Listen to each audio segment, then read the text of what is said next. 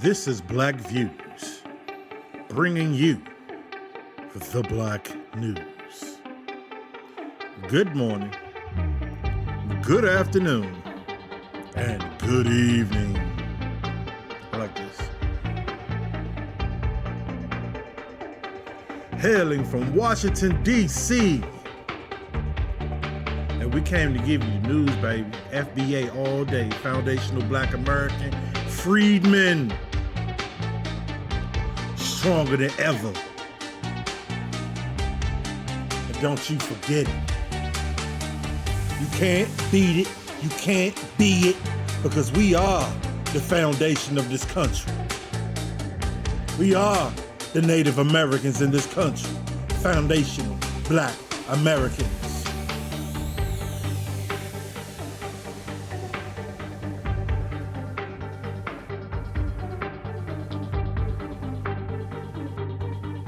Okay, how's everybody doing today?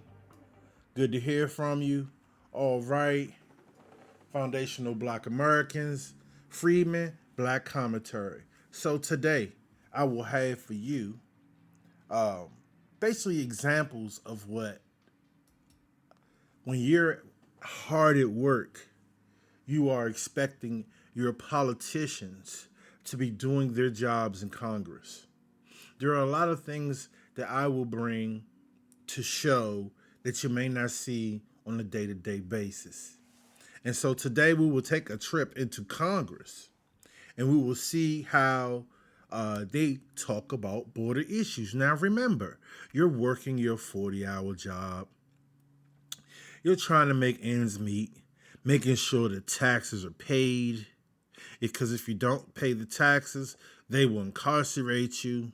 Okay? All the things that you're doing to be a good American, especially when we black. We're out here working for money, less money than we should be getting in many ways. We're being turned away from work for illegals to come over and to take those jobs. So today, we're going to show a conversation between the border czar and the AOC in Congress. And I'm going to show you how the Democratic Party plays with your money. Now, remember, as FBA, I am not Democrat, nor am I Republican.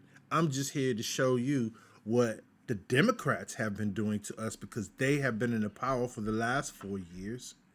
Remember, in this political game, we show no loyalty to a party as foundational Black Americans.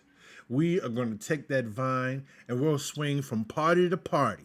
Whoever has the best deal so that we can survive and our well-being is done as a people.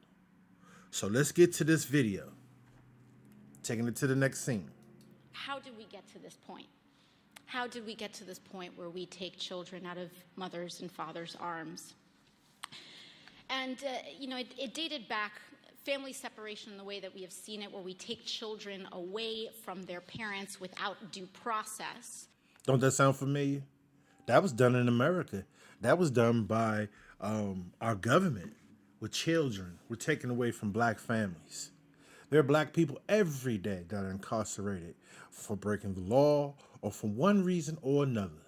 And guess what? They are separated from their children. I want you to keep that in mind. Began last year under Secretary Kirstjen Nielsen, but I had to dig further, and our staff dug further. But where did this start within the administration? She implemented it, and we found a memo. Dates back to April 23rd of 2018, where there was an official recommendation to, quote, pursue prosecution of all amenable adults who cross our border, quote, illegally, even though this applied to legal asylum seekers in practice, including those presenting with a family unit between... Now remember the Black and Brown Coalition. These are about other Hispanics that are coming illegally. She's not talking about any black families in the hood. She's not talking about single moms who are having problems with the children that they have. She's not talking about black fathers who are not in the home because either they're incarcerated or they just can't make it out here. Maybe their parents weren't shit, and guess what? They need help. But instead of being concerned about how we fix that problem, this is who you snooty little Democrats go to work every day to make sure gets rights, illegal aliens. And then they're going to complain about separations of family as well. Ports of entry in coordination with DOJ. Here is the memo that I would like to submit to the congressional record. And so I looked at this memo, and it seems like this is the source of it. And it seems as though, Mr. Homan, that you are the author. It says here from yourself, Kevin Michalinen, and Francis Cisna. Is this correct? Did you sign the memo? I'd have to see what you... I'd be happy to provide it. And we'll provide it over, but I would like to note that here it says the official recommendation. There were 3 different options presented. The third included the option for family separation. This initiative would pursue prosecution of all amenable adults, including those presenting with a family unit. Mr. Homan, your name is on this. Is this correct? Yes, I signed that memo. So you are the author of the family separation policy. I am not the author of this memo. You're not the author, but you signed the memo. Yes, a zero tolerance memo. So you provided the official recommendation to Secretary Nielsen on family, for the United States to pursue family separation. I gave Secretary Nielsen numerous recommendations on how to secure the border and save lives. But it says here that you gave her numerous options, but the recommendation was option 3, family separation. What I'm saying, His job is to maintain the border and to make sure illegal aliens are not permitted to enter. That's his job. And to follow the laws. and this is not the only paper where we've given the Secretary numerous options to secure the border and save lives. And so the recommendation, of the many that you recommended family separation, I recommend a zero tolerance. which includes family separation. The same as is with every U.S. citizen parent gets arrested when they're with a child. I want you to think about that for a second. Any other U.S. citizen who was arrested for, I don't know, broke the law, for speeding, drinking and driving, for anything where you had a kid that was in the car, there's going to be family separation. So this whole thing where like these people should have special privileges because they're a family, but they're breaking the law. And this is why, you know, when Trump said he wanted to he's going to go to war with the cartel, I'm like, yeah, do that. You know what I'm saying? So they ass can be right where the hell they want to be at. And the reason why I say this, because we can't do this nowhere else. There's nowhere in this country, in this world, where foundational Black Americans can just appear at the border and they will take us in large masses. There's nowhere. They're not going to do it. They're going to throw us back in the water. They're going to do all those things. So why?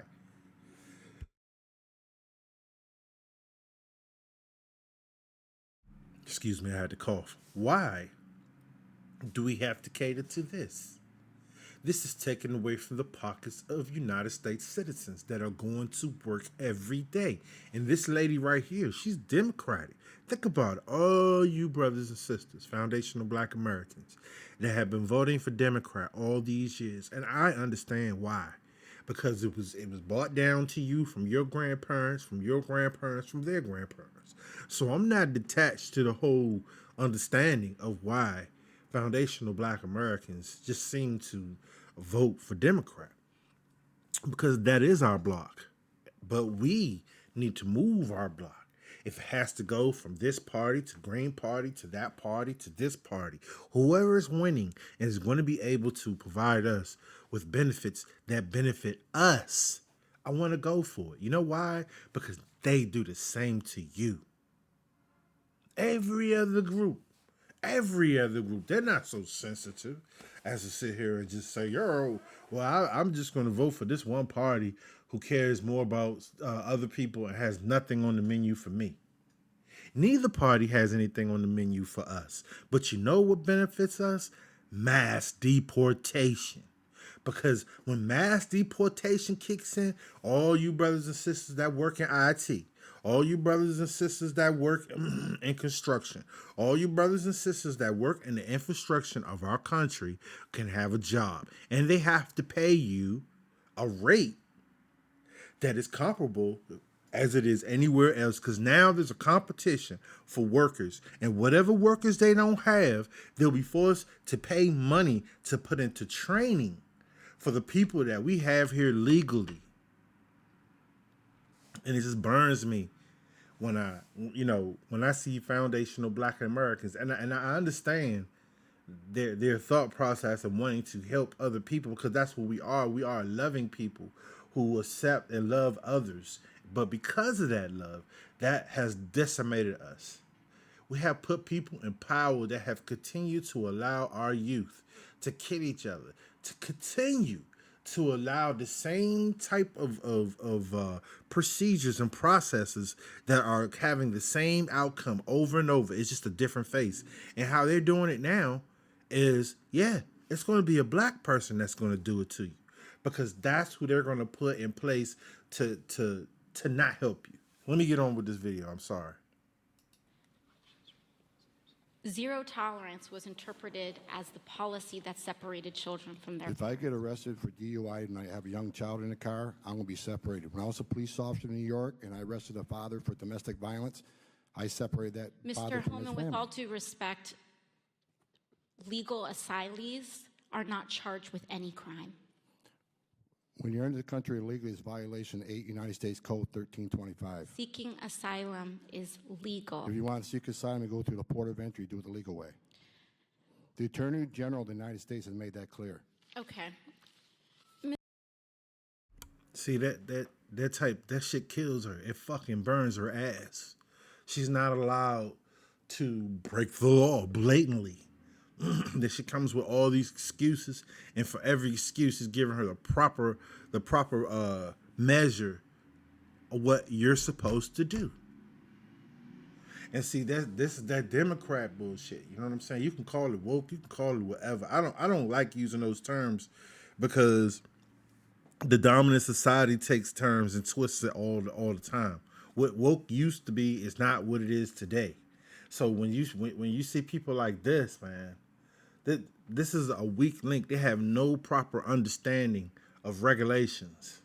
They feel that emotionally you should be able to break the rules, and just for every person that you see out here that cannot follow the rules and regulations, and then when it's brought before them that they have not followed the regulations, what do? They kick up dust, they argue, scream, and fight, and that's not fair, and that's not how you keep order. Everyone, listen, we live in a society where there are a lot of people, and without rules and regulations, it'll be nothing but chaos. You can call it what you want, but you let people out here. You already see how it is with people that are non-thinkers now. Imagine if there was nothing to tell them to stop. There'll be accidents every street corner. So we have to follow the rules and regulations. Back to the video. Mr. Chair, the memo is submitted to the record for review. You decided to prioritize the deportation of critically ill kids, and I'm trying to figure out why.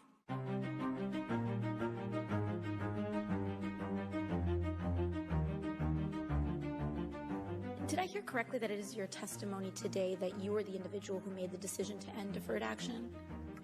Yeah, I'm the acting director when we implemented this, and I'm responsible for that. Mr. Cuccinelli, in your state... Remember now, they're doing this while you're at work. You know what I'm saying? There may not be a TV, or you may not have YouTube, or be able to use YouTube while you're working all day. And then by the time you get home, you might have to deal with the children, or you might have to deal with whatever errands you have to do. Come home, watch a show. You don't even get into this shit. But if you sit here and listen to what they're talking about not you. none of your problems at all. It's always something else. And now it's about spending money on illegals. In your agency's September 24th response to this committee, you stated that USCIS did not engage external stakeholders to solicit feedback on the anticipated consequences of your policy change. Why didn't you do that? For something like this, where we are changing a process and we're not operating off of a legal or regulatory foundation, it is not a common practice. I'm not aware of any other instances where we would seek that kind of input. So you did not consider the impact your decision would have on critically ill children before making this decision? We understood that even with USCIS, This bozo talking about critically ill children. How in the hell did critically ill children get to the border? How in the hell did they get through the border and get here? But they're critically ill, and now the United States, we are tasked with making sure. And look, this is an American, a so-called American citizen here that's questioning the rules and regulations. You see what I'm saying? For justice, but there's no justice for us. Every day, there's men and women, black women, are getting shot. Then that's when they want to follow the rules, and that's when they want to take the emotion out and go by law. But when it comes to this, they're allowed to try to cut corners and do everything and spend more money or other people coming here and living in your neighborhood, but they don't live in her neighborhood. backing out of the role of affirmatively granting deferred action in a limited number of cases, that opportunity still existed within the entire DHS system. I see. Yeah. Think about it. More money being spent on immigration, on people that come here and have no love for you. Talking about many of the immigrants are affected by this policy. Black people are affected by the policy. Mr. Cuccinelli, I think what's tough here is that, and while I respect that Congress hasn't done its job in many respects in defining immigration policy, it's been a failure for a very long time for Congress to be able to define a lot of policies correctly. But we still have created a mission for USCIS through which the agency can interpret the spirit of this law. And it says right here on USCIS's website, the agency's core values are defined as integrity, respect, innovation, and vigilance. And there's a reason that USCIS is separate from ICE and CBP. I don't understand how deporting critically ill kids is consistent with any of these values. Mr. Cuccinelli, do you believe that you treated children with cancer, cystic fibrosis, and other diseases with the dignity and courtesy of the mission of this agency when you decided in secret to end consideration of deferred action and ordered them to leave the country within 33 days or face deportation? Yeah, there was nothing secret about what we did. Because it was a process change, we made individual notifications. But you yourself just referred to the ability to view the mission and the spirit, and it's one chain after another. There's no law or regulation in any of that. So we do the best we can with fulfilling our role and limiting ourselves to our role, particularly when there is continuing avenue of recourse for these folks. You have discretion in your role. And so here's the thing that I can't figure out, is that you have thousands, tens of thousands, hundreds of thousands of cases, if not millions. Millions of cases in this country. And you decided to prioritize the deportation of critically ill kids. And I'm trying to figure out why. So we did not do that. We have gone through. Out of all the, but you did. Out of all of reclaiming my time. Well, with respect. so you asked a question. But I with should answer respect. the question. With respect. And I'll give you a moment. I'll give you a moment. But with respect.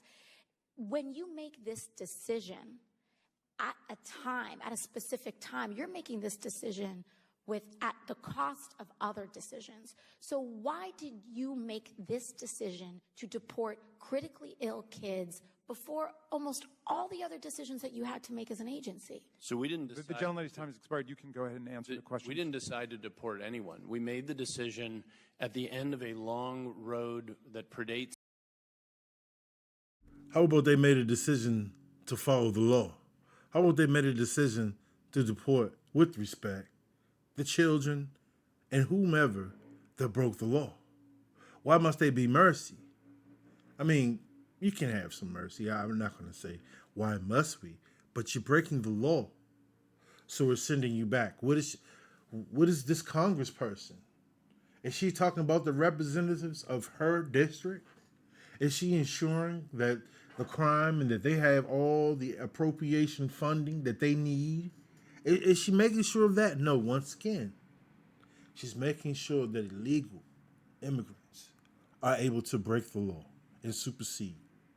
It's me coming into my current position and discussions across DHS.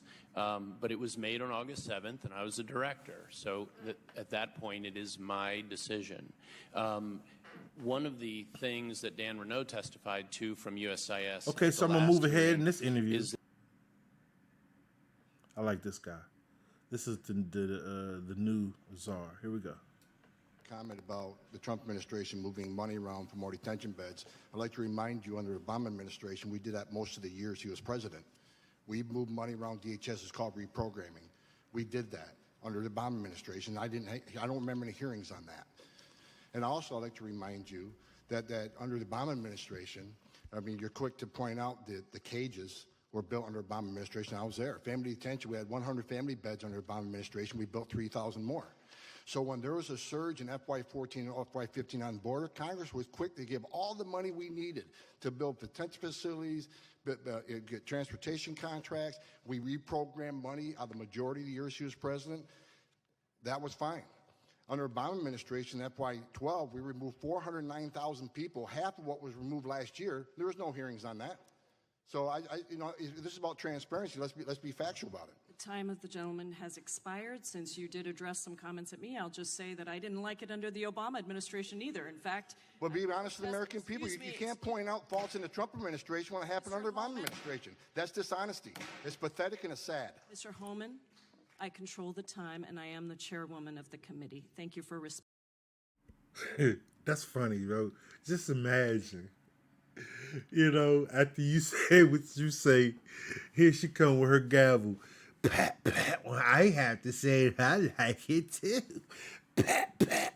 And now I don't know, sir. Pat, pat. I mean, this is what you have. This is what you have in our leadership right here. This is what you have. This is why this country is going to fall to SHIT, because the people that run it, and I hate to say it, but this is a white man issue. Like the same white man, the children of these white people will sit here and say that they are being discriminated against.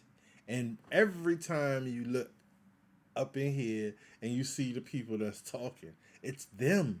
It's them. They make the laws. They make the rules and regulations. And it's like, forever and ever have people jumped over black people's issues. They have jumped over the black people issues that stemmed from slavery, from civil rights, up until now. And what they have chosen to do was to pay attention to other issues, such as the weather, such as dogs, such as now legal aliens. You see what I'm saying? So they never take care of the issues that are happening in the cities, that are happening in urban areas. What they do is they just gentrify and push. And then that area that used to be a crime area, it's great now because you just pushed those common people out. You didn't find any solutions for their issues or their problems. You didn't throw a couple $1 billion at it. You didn't offer them food stamps up to $15,000. You didn't do all these things that you're doing for illegal aliens. And so now, when people like myself, when we look at it, I'm not looking at this like the average white person would probably. I'm looking at this as folly. These are jokes because there is no representation for black people. And as you can see, this is what they talk about during working hours. When you're at work, black man, black woman, this is what they're talking about. Expecting that.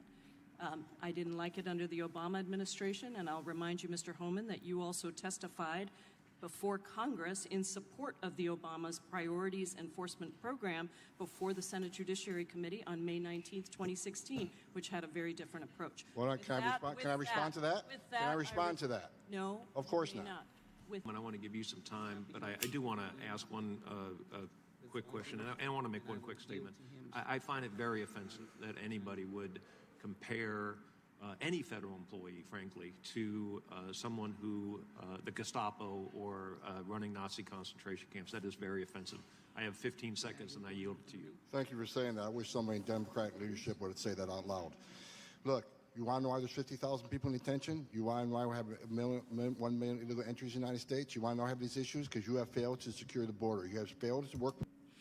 Okay, first of all, the left and the right are white people, okay?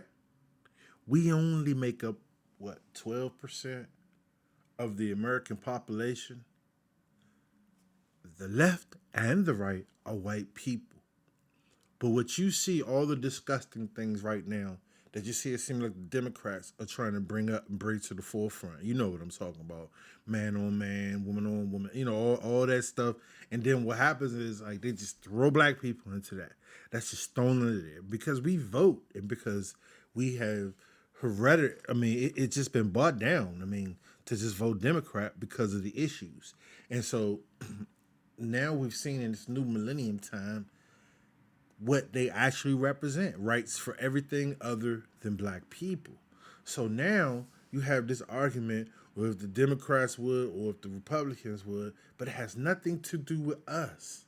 We have nothing to do with this. Nothing at all. The only thing we can do is just support what will support us at the present time, like any other minority group. Year after year, there's no one asking about the Asian vote. Year after year, there's no one even asking about the Hispanic vote. There's no one even asking about the white women vote. It's always what the black vote is, and then they like to split it between the woman and the man. They like to split us apart, have us at odds with issues. So they'll always have something about women's rights, such as abortion, women's rights, such as the right to choose. But there's never no man rights. It doesn't have to necessarily have anything to do with sex. But why can't men have constructive things that are to preserve the growth of good masculine men? And then if someone wants to be that, if they want to be alternative, that's fine. They could do that. Because 9 times out of 10, the alternative and the straight dude is we not hanging out. We're not even sharing the same idea. We're not on the same channel. Okay? So I don't understand. You don't have to worry about mixing that issue. But it's definitely something going on in the Democratic Party that's making everybody say, man, I don't want none of that. None of that over there. Because in a minute, we're going to be overran by countries that's going to think we soft. But anyway, let's move on with Mr. Hummus. This president to close the 3 loopholes we've asked for 2 years to close. So if you want to know why this issue exists, you need to look in the mirror. You have failed American people for not securing the border and closing loopholes. Mr. Homan, Look, please respect the chair and the authority of the chair. The time of the gentleman has... Just look up there. That's all Asians right there. That's all Asians. All Asians. Kamala's concerned about them. She makes sure they get several $1 billion that goes to them and their heritage fund and who they are. They're all supported. They're in Congress. They're sitting up there. Like this woman right here, I'm not even going to go there. But I'm just saying, these are all foreigners. Foreigners that's sitting in your Congress making decisions. And guess what? As soon as you come up with something, even the foreigners don't have any mercy to say, well, let's make sure black people, let's push for something to make sure black people have equal standing and economic value. You're talking about education. Okay. Let's go. has expired. I've asked you politely to let me go beyond my time, and you let other people go beyond their time, but not to Tom Homan. He don't get me go beyond his time. Mr. Homan, we have This is a approved circus. an agreement This is a circus. between the Republicans and the Democrats with the ranking member. We increased the time of one witness, one member of Congress who was interrupted by a protest. That is done with the approval of the ranking member. Please. Can you this is the lady that sits in your HR office, and you know, when they see your paperwork, they just kind of, you know, already have a lesser value of what your issue is because it's not them. See? So if they don't even bring you up in these type issues, where would they bring you up? Respect the chair's authority. The I gentlewoman, respect the chair's authority, but the chair. Mr. Homan. You work for excuse me. I'm a taxpayer. I'm a taxpayer. You work for me. The witness will suspend. That sounds like some shit. You know what I'm saying? A black person would say. You know what I'm saying? Like when a black person get pulled over and the police officer is a little more extra than what we need, then you're gonna hear that type of thing. You work for me. But I'm gonna leave it right there. I'm not even gonna go any further with this particular video here. But I wanted to share this with, especially some of my younger brothers and sisters. I want you to see that in Congress, this is what they yapping about all day. And guess what? You know why I say yap? Because they're not saying anything about you or me. All day long, millions, billions, trillions of dollars transact through that Capitol building, and they're never talking about us. Can you imagine? All day long, they're talking about all sorts of bullshit, but they're talking about none of our problems. And you know what? The only time they want to talk about our problems is when they're talking about abortion. Amazing. Those are the rights that they want our women to have. Those are the rights that they feel that you should be free to do. Abort your child. Nothing else. They don't say anything about, you know, how to properly raise your child. No. They just want to give you the option to abort your child. You know, it doesn't even take me to say it. It just takes someone to think about what I'm saying. And you know what they're going down to. You know what they're doing. So understand when I tell you that we are married to none of these parties. We out to get what we can. You understand what I'm saying? And right now we're looking for a financial base. We're looking for a brotherhood. And see, there's some brothers out here that know what brotherhood is. And for those of you that are listening, I beg you to show brotherhood to your brother. I beg you to speak to your brother. I beg you to speak to the sisters.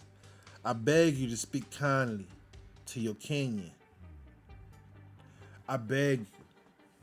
If you know better and you understand what I'm saying, and if you have that light in your heart, you gotta show it. These are the times. These are the times that you have learned all the things that you have learned. Where it may not have seemed that it is of value, it is now, because they're rewriting history. They're changing everything that you were taught and you were learned from your parents, that you learned in your temple, that you, wherever you learn. They're trying to change it now. And they're trying to make this a society where basically we are out the mix. Everything around us will grow except for us. That's what they want. They want to put those immigrants in here and put them above you. They want you and me to keep spiraling.